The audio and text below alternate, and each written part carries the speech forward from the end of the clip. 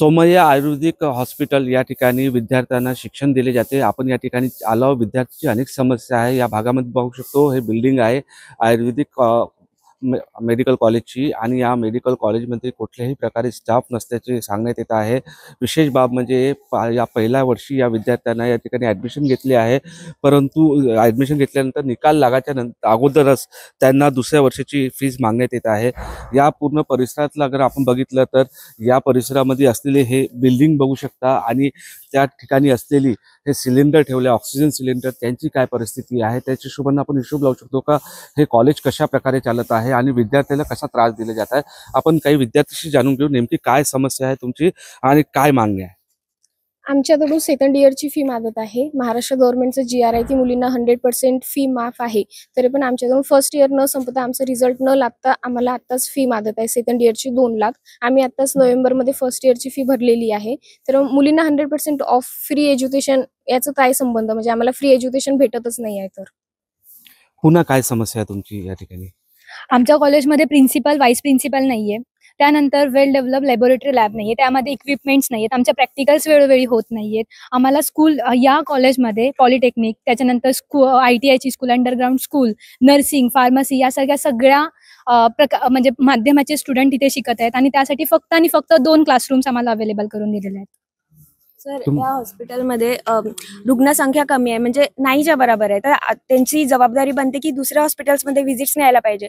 इथे व्हिजिट्स पण होत नाही। हर्बल गार्डन जे आहे ते बिलकुल वेल डेव्हलप नाही आहे आणि प्रॅक्टिकल्स जे डॉक्टर या फील्डमध्ये एकदम इम्पॉर्टंट आहे ते बिलकुलच होत नाही आणि इन्स्ट्रुमेंट्स नाही आहे लॅब्समध्ये जे एकदम इम्पॉर्टंट आहे। आणि स्पोर्ट्स फी घेतली मेन म्हणजे स्पोर्ट्स पण होत नाही, को करिक्युलर ॲक्टिव्हिटीज काहीच होत नाही।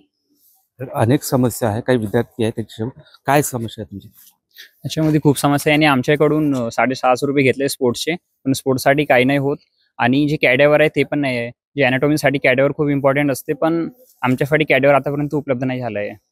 तू काय सांगशील? आम्हाला स्पोर्ट ॲक्टिव्हिटीजसाठी आमच्याकडून फीस घेतली आहे, पण आम्हाला फक्त एकचदा स्पोर्ट इक्विपमेंट दिले आहे आणि त्याच्यानंतर यांनी कधी दिलेले नाही आहे आम्हाला स्पोर्ट इक्विपमेंट्स। स्पोर्ट व्यतिरिक्त तुमच्या कॉलेजमध्ये काय काय पुन्हा समस्या आहे? सर, टीचर्स आम्हाला MD लेक्चरर्स पाहिजेत सगळे आणि शाळेचे टीचर शिकवले जातात ते वारंवार टीचर्स बदलतात आणि एक कॉन्स्टंट टीचर पाहिजे। तर विद्यार्थ्यांच्या आरोपामध्ये मला थोडासा शासंका हवी का असं त्यांनी कसं म्हटलं, मला त्याच्यावर जास्त आक्षेप घ्यायचा नाही, पण त्यांनी त्या गोष्टीवर खूप बारीक निरीक्षण करायचं आहे। पोरांना डॉक्टर बनायचं आहे, पोरांनी आपल्या कॉलेजला मदत करायची आहे। काही अडचणी असेल त्या ॲटोमॅटिक सॉल्व्ह होईल, त्या काही भरोसा डबल नाही, पण त्या सॉल्व्ह करण्यासाठी स्टुडंट हा कॉलेज भिमुख असला पाहिजे। कॉलेज नेहमी स्टुडंटच्या बाजूने असतो, कोणताच कॉलेज स्टुडंटचा विरोध करत नसतो, तो त्याला मदत करण्याचीच त्याची भूमिका असते। तो प्रत्येक पोरगा पास झाला पाहिजे ही भूमिका कॉलेजची राहणार आहे, ही भूमिका आमच्या संस्थेची राहणार आहे, ही भूमिका आमच्या मॅनेजमेंटची राहणार आहे। मला असं वाटते पोरांनी खूप चांगलं सहकार्य करावं कॉलेजला। तर आपण बघितल्या या विद्यार्थ्याची जी समस्या आहे, फक्त नावापुरते हा आयुर्वेदिक कॉलेज आहे मेडिकल कॉलेज, परंतु इथं टीचिंग स्टाफ नाही, अनेक सुविधा नाही आहे, फक्त एक बिझनेस म्हणून या कॉलेजला उभारण्यात आल्याचं या विद्यार्थ्याकडून सांगण्यात येत आहे। निलेश दहाट, TV9 मराठी, चंद्रपूर।